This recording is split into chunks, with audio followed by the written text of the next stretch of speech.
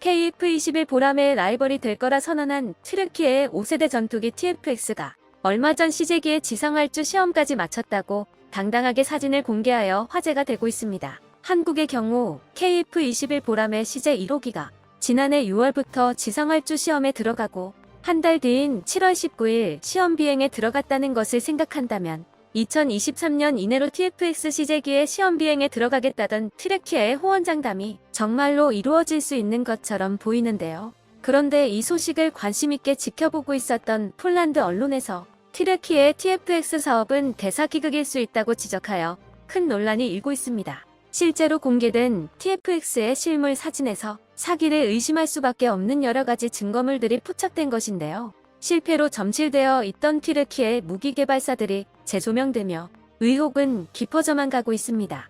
KF-21을 능가할 거라 장담했던 튀르키예 차세대 전투기의 실체에 대해 자세히 알아보겠습니다. 지난 17일 폴란드의 군사 언론 디펜스24에서 터키 전투기 프로그램의 획기적인 가속이라는 제목의 기사를 보도했습니다. 본 기사에서는 튀르키예의 차세대 전투기의 시제기가 제트 엔진을 사용하여 활주로를 이동하는 지상활주 시험을 마쳤다고 전하며 이대로라면 튀르키예가 말한 2023년 시험 비행이 현실이 될 수 있다고 전했는데요. 또한 튀르키예가 한국의 기록을 깨고 4.5세대 전투기인 KF-21을 개발했던 것보다 빠르게 5세대 전투기의 결과물을 내놓았다고 강조했습니다. 하지만 동시에 이러한 결과물이 지진으로 위기를 맞이한 튀르키예 정부의 보여주기용 사기극일 가능성을 지적했습니다. 물론 이 모든 가속화가 대중을 속이기 위해 과장된 것으로 밝혀질 수 있습니다. 튀르키예에서 프로그램을 이토록 가속화한 이유가 무엇입니까? 얼마 전 발생한 비극적인 지진과 이와 관련된 튀르키예 정부에 대한 불신으로 에르도안 대통령이 수년 만에 처음으로 선거에서 패배할 수 있는 해가 될 것 같습니다. 지금 필요한 것은 정책이 성공했다는 증거와 막대한 세금 지출의 효과를 사회에 보여주는 것입니다. 지난 2월 6일에 튀르키예에 발생한 대지진으로 5만 명이 목숨을 잃고 2,300만 명의 이재민이 발생하며 튀르키예는 국가 붕괴의 위기에 직면해 있습니다. 지진에 제대로 된 대응을 하지 못한 현 에르도안 정권에 대한 비판의 목소리도 높아지면서 곧 다가올 선거에서 심판받으리라는 예측이 지배적인데요.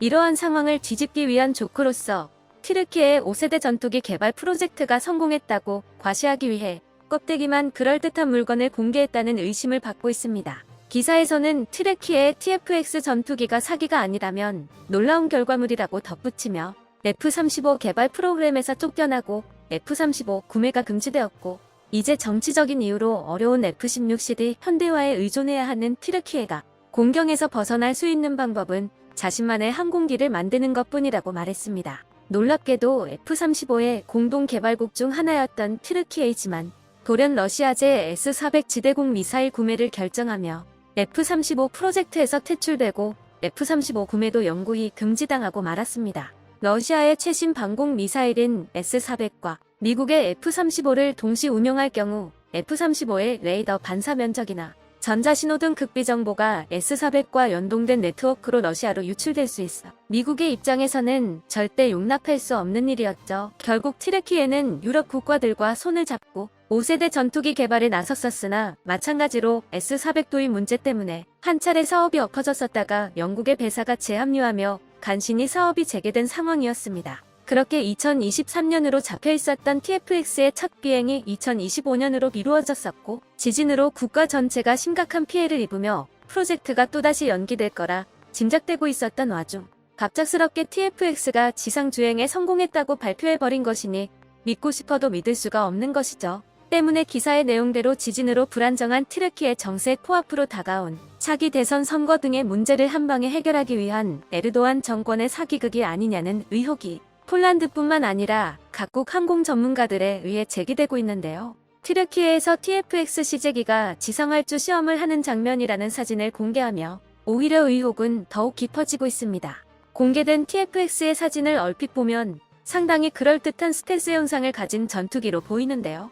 하지만 하나하나 뜯어보면 이게 진짜일 수 없다는 점이 곳곳에서 드러나고 있습니다. TFX 전투기의 후방 랜딩 기어 부분을 살펴보면 랜딩 기어에 반드시 있어야 할 부품들이 보이지 않는 엉성한 구조를 가지고 있음을 알 수 있습니다. 당장 지상에서 굴러가는 모습을 연출하기 위해 임시로 바퀴를 달아둔 것으로 보이고 있는데요. 전방 랜딩 기어와는 다르게 후방 랜딩 기어에는 도어도 보이지 않아 수납이 불가능한 것으로 분석되고 있습니다. 또한 지난 박람회에서 튀르키예 측에서 공개했던 TFX의 모관 모형과 활주로의 시제기를 비교해보면 공기 흡입구와 동체 형상이 확연히 다른 형태를 가지고 있으며 이상하게 보였던 후방 랜딩 기어의 위치조차 다른 모습을 확인할 수 있습니다. 만약 이게 사실이라면 그 짧은 시간 동안 전투기 설계를 완전히 뜯어고쳤다는 건데 현실적으로도 상식적으로도 전혀 말이 되지 않는 부분이죠. 막말로 튀르키예에서 외계인이라도 데려왔어야 가능했을 것 같은데요. 여러 증거들로 인해 튀르키예의 욕심으로 인해 또 한 번 감당할 수 없는 거짓말을 하고 있는 게 아니냐는 의심을 받고 있습니다. 튀르키예의 방산 기술력은 한국에 비해 20년은 뒤처졌다는 평가를 받고 있지만 한국처럼 군사 강국이자 방산 강국이 되기를 꿈꾸고 있는데요. 세계 4위의 무기 수출국을 노리고 있는 지금의 한국과 달리 한 대라도 팔기 위해 애쓰던 시절인 2000년대 초반 한국은 튀르키예와 기술 이전을 조건으로 K9 자주포의 튀르키예 현지 라이센스 생산 계약을 맺었었습니다.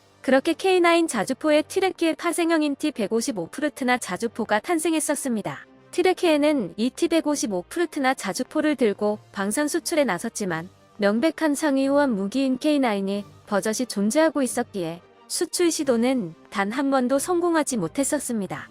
K9을 그대로 본따 만들었어도 모자랐을 판에 차별점을 두겠다고 포탑 설계를 새로 하고 규격을 다르게 만들어 K9과 유사한데 기술력이 떨어지고 장비 호환도 되지 않는 애매한 무기가 탄생해버린 것이죠. 이 때문에 튀르키예군이 시리아를 공습하며 프루트나 자주포가 포격할 때 독자적으로 설계한 포신이 반동을 잡지 못해 휘청거리는 장면이 포착되기도 했었습니다. 덕분에 수출 시도들은 전부 실패로 돌아갔고 유럽 자주포 사업에서 K9 자주포가 입찰할 때 프루트나는 자격조차 얻지 못했었습니다. 섣부른 기술 이전으로 인해 강력한 경쟁자가 될지도 몰랐던 튀르키예 자주포였지만 한국의 K9 자주포가 높은 기술 격차로 확실한 성능 우위를 보여주었고 오히려 프루트나가 K9 파생형으로서 최초의 실전 사례를 남겨준 덕분에 K9 수출이 본격적으로 이루어지는 계기를 마련해 주었습니다. 하지만 한 번의 실패에도 포기하지 않은 튀르키예는 K2 기술을 도입하여 제작한 알타이 전차와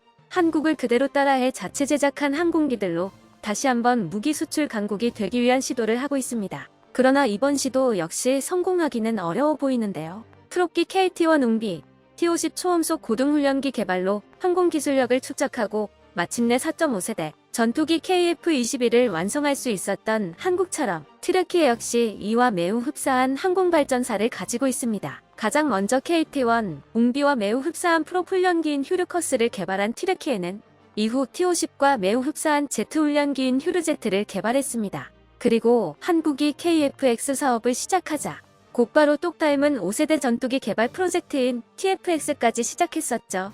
다만 한국과 결정적인 차이점이 있다면 저 중에 제대로 완성된 튀르키예 항공기가 없었다는 점입니다. 유일하게 비행이 확인된 기체인 휴르커스는 시제기단 4기만 생산되는데 그쳤었고 T-50의 라이벌이 될 거라던 휴르제트 훈련기는 아직 이륙조차 하지 못했었습니다. 지난 18일에 겨우 지상활주 시험을 하는 모습을 공개했는데요. 전투기의 조립과 도색이 완료되지도 않은 상태에서 활주로를 따라 간신히 움직이게만 만들고 환호하는 모습에 이 또한 에르도안 정권의 프로파간다용으로 억지로 진행된 게 아니냐는 말이 나오고 있습니다. 이처럼 대담한 결과물들은 튀르키예의 항공기술력이 외국 항공기업들의 도움을 받더라도 5세대 전투기를 생산할 수 있는 능력은 되지 않는다는 걸 보여주는데요. 지난해 우크라이나 전쟁 초기 러시아군을 상대로 저렴한 튀르키예의 중형 무인기 바이락타르가 활약하며 튀르키예의 항공기술력이 한국을 뛰어넘었다는 말도 안 되는 소리가 나오기도 했었지만 전쟁이 1년 넘게 지속되며 러시아군이 대응 체계를 확립한 현재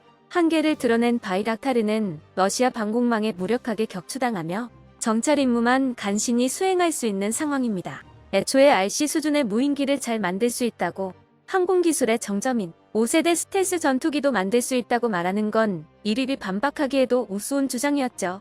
튀르키예의 다음 대선이 2달밖에 남지 않은 지금 튀르키예의 차세대 전투기 사업은 국가의 안보를 지키기 위한 프로젝트가 아닌 독재자의 권력을 지키기 위한 수단으로 전락하고 말았습니다. 유럽 전투기 시장의 강력한 경쟁자가 될 것으로 예상되었던 TFX가 알아서 침몰해준 덕분에 KF-21이 완성된다면 독보적인 차세대 전투기로 주목받을 수 있을 것 같은데요. 거짓 없는 진정한 차세대 전투기 KF-21 보라매가 완전한 모습으로 날아오를 그날을 손꼽아 기다려봅니다. 끝까지 시청해주셔서 감사합니다. 도움이 되셨다면 좋아요를, 다른 이야기도 궁금하시면 구독을 눌러주세요.